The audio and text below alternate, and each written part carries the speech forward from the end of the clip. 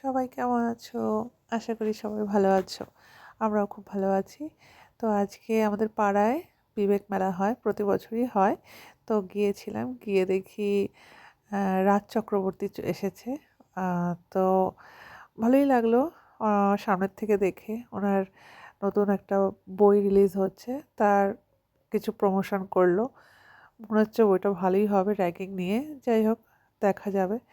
তারপর এদিকে দেখি আমার ছেলেমেয়ের কোথাও মেলায় আসলে ওদের তো আগে চড়তে লাগে রাইডে। তো মেয়ের চড়া হয়ে গেছে, তারপর ছেলে মেয়ে আবার দুজনে ভাই বোন মিলে এটাতে চড়েছে, কি ট্রেনে। তো যাই হোক, ওরা এই জন্যই আর কি মেলায় আসা ওদের।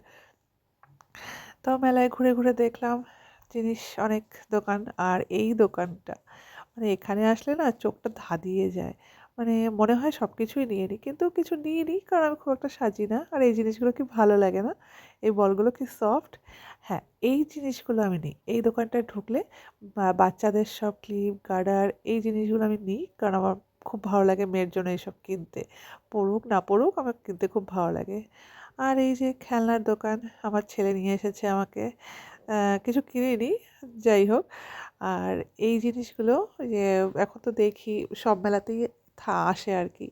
আগে তো হস্তশিল্প মেলাতেই দেখতাম, এখন দেখি আসে সব মেলাতেই। তো ভালো লাগে জিনিসগুলো। কোনোদিন নিইনি আমি, দেখতে কিন্তু খুব ভালো লাগে। তোমরা কেউ নিয়েছো তো আমাকে জানিও। আর এটা একটা আর্টিফিশিয়াল ফুলের দোকান।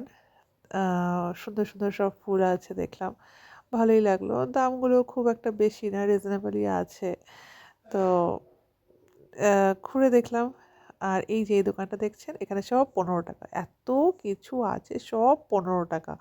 মানে আমি একটা গার্ডার নিয়েছি, একটা চপস্টিক নিয়েছি, আর কিছু কিছু টুকটাক নিয়েছি।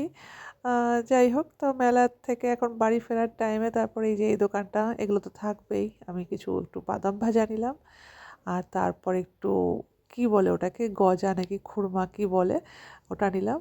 আর মেয়ে জলেবি খাবে, তো জলেবি, তো জিলেপি নিলাম কিছু একটু মায়ের জন্য। আর এগুলো নিলাম, বাড়ি চলে আসলাম।